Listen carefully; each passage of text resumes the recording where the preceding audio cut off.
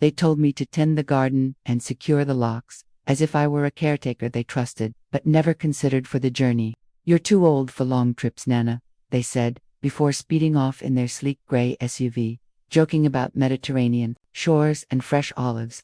They didn't catch my expression as they left. I stayed silent, offering only a wave. The next day, I found their plane tickets in my mailbox, tucked in an agency envelope unmailed.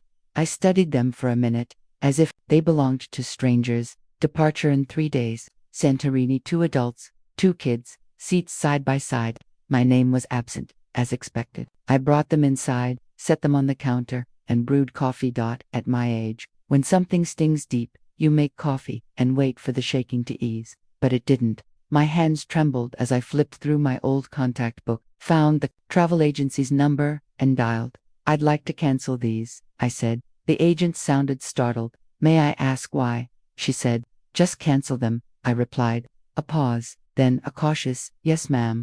I noted the confirmation. Then I brewed another coffee, sank into the chair where I once rocked my daughter to sleep, and gazed around the den. My late husband Tom's photo sat on the shelf, forever young, forever grinning. He'd been gone 18 years. If he were here, he'd have fought this. I'd worn many hats in this home: wife, teacher, planner, mender of torn clothes and bruised feelings, for a decade. Just Nana, not Clara, not Mom, a shadow in their lives, quiet and compliant. They assumed I'd wait patiently for their updates, pictures of azure seas in the group chat, texts saying, "Wish you were here," though they never meant to include me. I glanced at the cancelled tickets again, then opened the drawer holding my passport, still valid. I had $11,500 in savings, some bonds tucked away, no debts, no one relying on me anymore. I booked a flight, Santorini, 1 seat, window. I called my neighbor, Ruth, to water the plants. "Going somewhere?" she asked. "A small adventure," I said. I packed a carry-on, sensible shoes, my favorite shawl, and the green dress I hadn't worn since Tom's memorial. Not for grief, but because it made me feel alive, a feeling I'd nearly forgotten. The night before my flight, I sat on the deck. The neighborhood was still. A breeze stirred the vines. I wondered what they'd say when they found out. Maybe they'd call, maybe not. I didn't mind. For once, I wasn't staying put. Morning came softly. I locked up, left Ruth a note, and descended the steps deliberately, no looking back. The gate agent checked my passport, smiled that practiced smile young folks give older travelers. "Have a great flight, ma'am." I nodded and moved forward, one hand on my bag, the other clutching my boarding pass like armor. I hadn't flown in 25 years. The airport was chaotic: metal, glass, voices, lives colliding. But I glided through, pretending I fit in. Confidence is half the game when you've been invisible too long. On the plane, I took my window seat, watching others stow luggage. The seat beside me stayed empty until a woman, late 30s, kind smile, settled in. "Long journey?" she asked as we rolled toward takeoff. "Far enough," I said. She nodded, leaving me to my thoughts, which I appreciated. I dozed lightly, the kind of sleep that holds sorrow at bay. When I woke, the sea sparkled below. I'd done it, not for postcards or sightseeing, but because they told me I couldn't. In Santorini, I moved slowly, the heat thick even indoors. I took a cab to a simple guest house, clean and unpretentious. The clerk called me madam with respect. In my room, I set my bag down and sat on the bed's edge. No tears, just a long stare at the stone floor. Grief isn't always loud. Sometimes it's stillness, remembering years of being overlooked at family gatherings. That evening, I wandered a few streets, found a cafe, ordered bread and figs. The server didn't hurry me. I ate without checking my phone. No one expected my updates. The next morning, the light was gentle. I opened the window, letting it pour in. I dabbed on some old lipstick, a shade from before my life faded to gray. I asked the clerk for a quiet spot, not a tourist trap. "Try Oya," she said. "It's calm." So I went. Whitewashed walls, narrow paths, dogs napping in corners, flowers in cracked pots. Everything was vivid. Unhurried, I walked until my legs ached, then sat on a low wall, existing as couples strolled by, carefree. No one called me old. No one told me to stay home. I thought of my grandson Liam, 15, always texting me silly memes. What would he say if he saw me here? Probably smirk, maybe tease. I bought a postcard and wrote, "Dear Liam, I'm in Greece. The sea's brighter than your phone screen. Love, Nana." I didn't write to my daughter or her husband. They didn't need to know. I mailed it near a taverna, then sipped coffee slowly, like my mother did on quiet mornings. That night, I hummed an old song Tom used to whistle while fixing the car.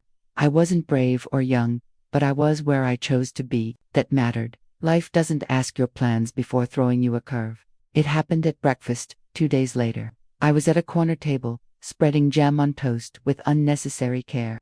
Across from me sat a woman my age, gray hair in a tidy braid, eyes sharp behind thin glasses. "Too much jam," she said, not harshly. I smiled. "Better than not enough." She nodded. True. Her name was Elise, a retired librarian from Bordeaux, traveling solo, widowed, she mentioned offhand, like it was just another chapter. She had a calm, steady presence, like a favorite book you returned to. We started walking together, short morning strolls through quiet lanes. She noticed small things: a faded mural, a cat curled by a step that others ignored. At lunch, under a shaded patio, we sipped chilled wine. She spoke of her library, the kids she'd taught to love stories. I shared about my herb garden, how the basil always wilted despite my coaxing. "Your family?" she asked. I paused. "They're okay," I said. "They thought I was too old for this." Her brow furrowed. "They said that." I nodded. She sipped her wine. "You're here. They were wrong." That night, I couldn't sleep, thinking of years spent in the background cooking for birthdays I didn't enjoy, funding trips I wasn't invited on. I'd told myself they were busy, that I was needed at home. But I wasn't, not beyond the chores, the reliability. The next morning, Elise tapped my door, map in hand, eyes bright. "Venice," she said. "I've always wanted to see the canals." I hesitated. Why not? We booked train tickets that day, to women over 70, acting like college kids on a gap year. We laughed over dinner, though part of me felt knotted, unused to freedom. My phone buzzed. My door. "Nah, did you check the sprinklers? They're acting up." "No, how are you?" "No, where are you?" I didn't reply. I packed carefully, folding the green dress, tucking my shawl, old habits from practical years. In the corner, a vase of lavender from Elise, "Because you seem like someone who likes flowers, for no reason." She wasn't wrong. I turned off my phone, silencing the pings. For the first time, I wasn't waiting to be needed. The train to Venice left at 10. We sat together, bags overhead, sharing a bag of pastries. Elise read a worn novel in French. I watched the scenery: hills, vignettes, villages like brushstrokes. It reminded me of a painting Tom bought at a yard sale. Simple but alive. We didn't talk much. Elise's silence was easy. No pressure to fill it. When the train curved, she offered me a pastry without speaking. I took it, smiling. Venice was all water and stone, shimmering and stubborn. Our hotel was old, with creaky stairs and heavy keys. Our room overlooked a canal, boats gliding below like thoughts too gentle to voice. Elise said, "I want to see San Marco and maybe buy something absurdly impractical." We did both. The basilica was crowded but stirring. Standing before a mosaic, I felt something shift: not awe, but clarity. Beauty doesn't always shout. Sometimes it's quiet, steady, moving you before you know it. We wandered for hours, stopping at a cafe where Elise charmed the waiter. She had a knack for feeling young without pretending. That night, we ate by the canal pasta, white wine, easy laughter. "You're different," Elise said. "How?" "You stand straighter, less guarded." I nodded, unsure how to answer. Later, I checked my phone. 20 missed calls, 12 from my daughter-in-law. The rest from my daughter. Messages: "Where are you? Are you okay? What's going on?" A voice memo from my daughter, voice tight. "Mom, please call.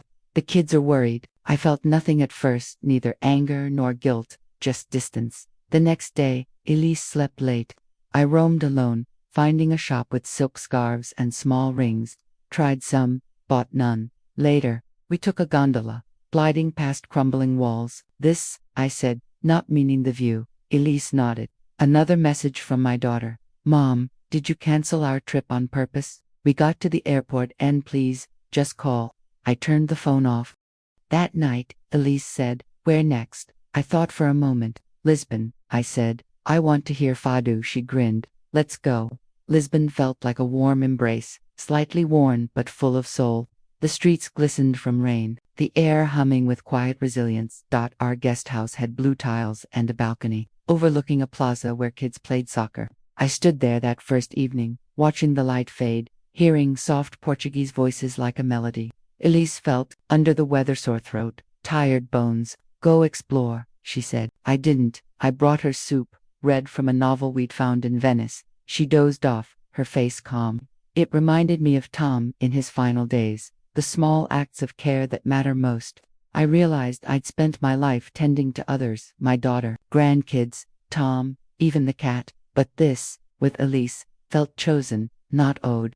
That night, I cooked eggs, bread, peppers from a vendor who winked like we were old friends. We ate on the balcony, wrapped in blankets. Thank you, Elise said, her voice stronger, for the soup, for staying. The next morning, Fado drifted up from the plaza, raw and aching. I stood barefoot on the balcony, letting it sink in.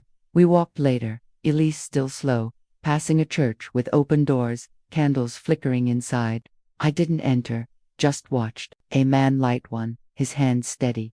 Back at the guest house, I checked my phone for messages from my daughter Lila. Clara, this isn't funny. What do we tell the kids? From my daughter. You've made your point. I hadn't said a word since they left me behind. Elise poured tea, saying nothing. That night, we found a fado bar in a narrow alley. No tourists, just locals, and a singer whose voice felt like weathered velvet. She sang of loss, resilience, standing up. I closed my eyes, understanding every note. A letter slid under our door that night, my name in my daughter's hurried script. I sat on the bed, unopened letter in my lap, while Elise adjusted her shawl. She didn't pry. I unfolded it slowly, short, formal. Mom, we don't get what you're doing. Liam's upset. We thought you were mad, but this is different. If you're trying to hurt us, you've done it. Come home please, Sarah. Apology, no mention of leaving me out. Just worry about how my absence looked. I folded it, tucked it away, and stood. Elise smirked. Breakfast or brooding over bad handwriting? I laughed, surprised. We ate in the courtyard, sunlight warming the air, coffee rich and grounding. I hadn't left to punish them. I left because I was tired of begging for a place in their lives. Birthdays had turned to texts, holidays to maybe next year. Even family trips now excluded me. I hadn't stopped being a mother or grandmother. They'd stopped seeing me. By the river later, I sat on a bench, watching boats drift. I thought of Liam, his goofy grin, asking me how to make pancakes. He didn't know I'd canceled their trip. I texted him, "Sweetheart, I'm okay traveling. Not mad, just needed air. Love you." I sent it fast. Elise joined me with pastries, saying, "You can't leave Lisbon without these." We ate quietly, watching the water. That evening, the guest house owner approached. "Mrs. Clara, your daughter-in-law called. She's concerned. The kids miss you." I nodded. "Thank you." He paused. "Should I give her a message?" No. I slept soundly, the kind of rest that comes when you stop waiting to be needed. In the morning, Elise held up train schedules for Madrid or Porto. "Your choice," she said. I glanced outside. Clear skies, the scent of bread. "Porto," I said. "Let's see what else I'm too old for." Porto was alive, not loud, but vibrant, like a heartbeat in the cobblestones. Our hotel sat between a wine shop and a cafe, its balcony overlooking a courtyard with lemon trees. Elise declared, "This place calls for a hat." She emerged with a wide-brimmed one, bold and unapologetic. I pinned back my hair, added lipstick, nearly gone now. I considered buying more. We wandered without a map, following the sound of a guitar to a small plaza where locals danced. A woman, older than us, moved with fierce grace, her face alive, unpits. I couldn't look away. Elise whispered, "She's older than us." I nodded. Her steps were a vow. The crowd clapped. I didn't. My heart was too full.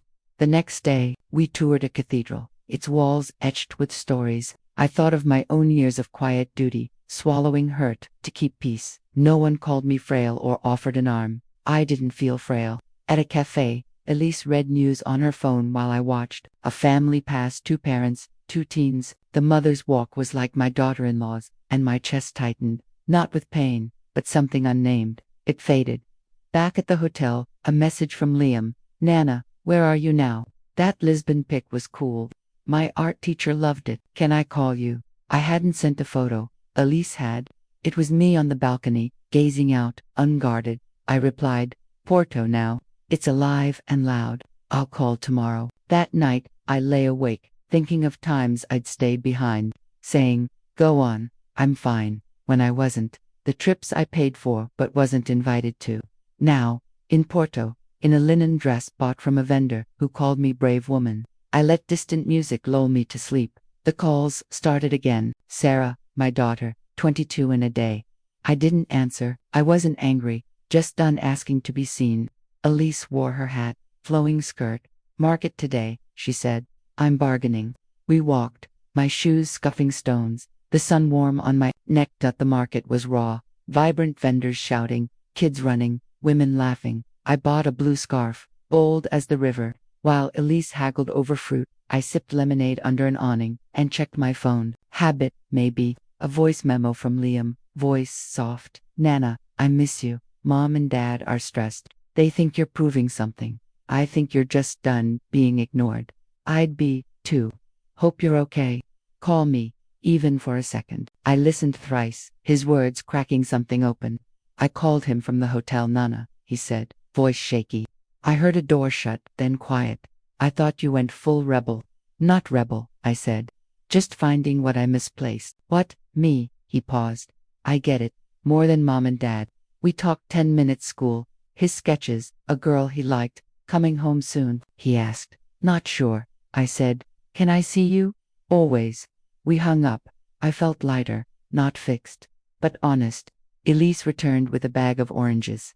Victory, she said.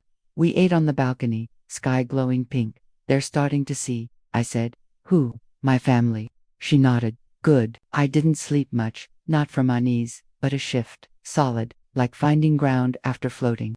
In the morning, I tied the blue scarf. Porto had stirred something fierce in me, unapologetic. We boarded a train to Coimbra. Elise hummed, unusual, 4 mornings. What's that for? I asked. We're seeing the university, she said. I hum for history. I smiled, watching fields blur by. Coimbra was gentle, its streets whispering secrets. Our inn was run by a woman who moved like she carried the city's stories. Our room overlooked tiled roofs, real, unpolished. That evening, I sat on the terrace while Elise rested. I checked my phone, not to reply, but to choose silence. A message from Sarah. Mom, have we lost you? No anger, just a question. I didn't answer. I opened my notebook.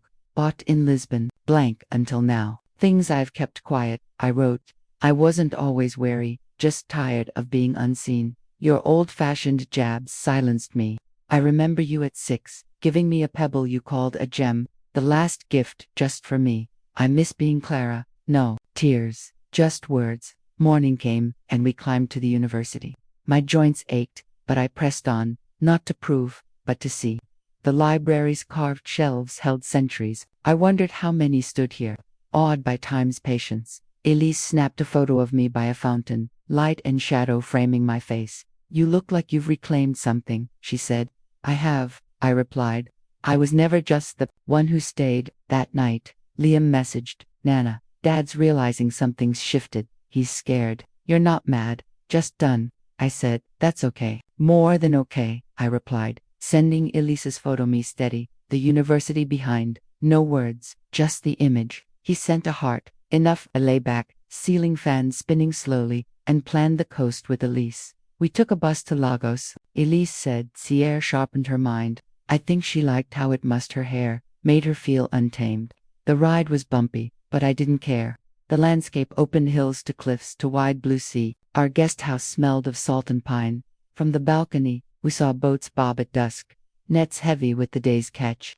I stood there, wind pulling my sleeve. We walked the shore that evening, waves gentle, persistent. Elise pocketed a shell. I went barefoot, sand cool under my feet. A couple, older, walked hand in hand, silent, complete. I sat on a rock, watching the sun melt away. Elise hummed her tune.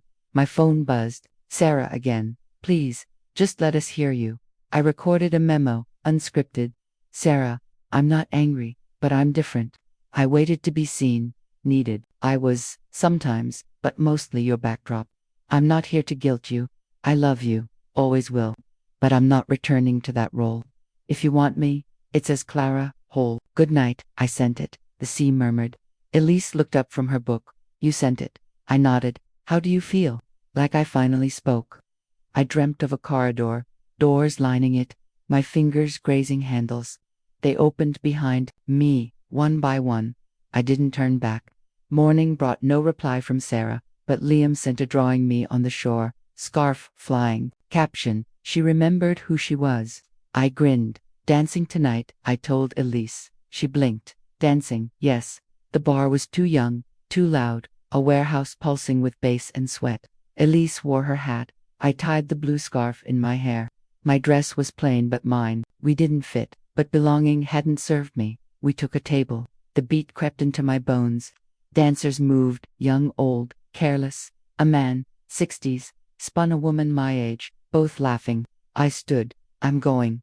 Alone. Elise asked. Yes. I stepped onto the floor, moving stiffly at first, then freely. Not perfect, but mine. A young woman smiled, offered a hand. I spun once, laughed, let go. I carried my own rhythm. Elise joined, and we danced like old friends, clumsy, joyful. We stayed hours, leaving barefoot, breathless, reckless. Elise said, laughing. Perfect, I replied. My knees would ache tomorrow, but my heart was open. Liam messaged. Dad's stuck on your memo. He printed it. Mom thinks you're wild. I said, you found yourself. I replied, tell your dad truths need time. I miss you. I'm proud of you, too. I slept with sore feet, a heart mine again. We left Lagos at dawn. Elise dozed. I watched fields pass. Lisbon had been tender, Venice elegant, Porto fierce. Barcelona, our last stop, felt like closure. We arrived midday, our hotel simple, windows wide. We walked, feeling the city's pulse. Liam once said Barcelona was painted with buildings. He was right. Dinner was light fish soup. Half-drunk wine. We spoke of small things, sensing the end. I wrote in my notebook, things I've held back. Love given freely loses weight. I didn't mind aging, just being erased. Silence isn't strength, sometimes it's fear. I don't regret motherhood, only vanishing for it. My phone buzzed. My daughter-in-law Kate, Clara Davids, lost on how to reach you. I told him to listen. We didn't mean to exclude you. We thought home was easier for you. A lie. We feared your age, our own limits. We're sorry. Come home. Let's try again. As you. I sat still. It wasn't enough, but it was a start. Elise caught me packing. Home? She asked. Soon, I said. She nodded. You landed the final blow. We parted at the station. No goodbyes, just later. Alone. I sipped wine by the window, scarf on the table. I wasn't done, but full. I bought a ticket not to their house, but my life, on my terms. The airport was a pause, not an end. I carried myself home. The flight was calm. I didn't read, just sat with the engine's hum. No one waited at arrivals. I didn't expect them. Home smelled of rain and familiarity. The cab driver chatted. I gave brief replies, watching streets I knew too well. My house was unchanged. Ruth had tended the plants. The key turned smoothly. I touched the furniture, the photo of Tom. Nothing moved, but everything felt new. I made tea, sat by the open window. Liam texted, you home? Yes. Can I come? Doors open. He arrived, hugged me wordlessly. He looked older, wiser. I saw your list, he said, smiling. In a photo, your notebook was open. I felt seen, not exposed. He showed me his own. I won't inherit silence. Women don't fade with age. I won't shrink to fit. I read, throat tight. You'll be fine, I said. We talked hours, crushes, Kate's loud nerves. The doorbell rang. That's them, Liam said. Sarah and Kate entered, cautious. Sarah spoke first. We don't know how to begin. You're here, I said. That's enough. Kate nodded. We're sorry. Simple, honest. I poured tea. They sat, not owning the space, but learning its shape. It was awkward, quiet. A start. Kate asked about my trip, the cities, the food. I shared sparingly. When they left, Sarah lingered. Dinner soon, just us. I didn't commit, but I didn't refuse. The house was quiet, softer now. I wrote, things I know. Silence costs others, not just you. Leaving isn't fleeing. You can restart at 72. Some doors close gently. Your voice waits for you, I added. Forgiveness is for your peace. Liam visited the next day. No warning, just himself.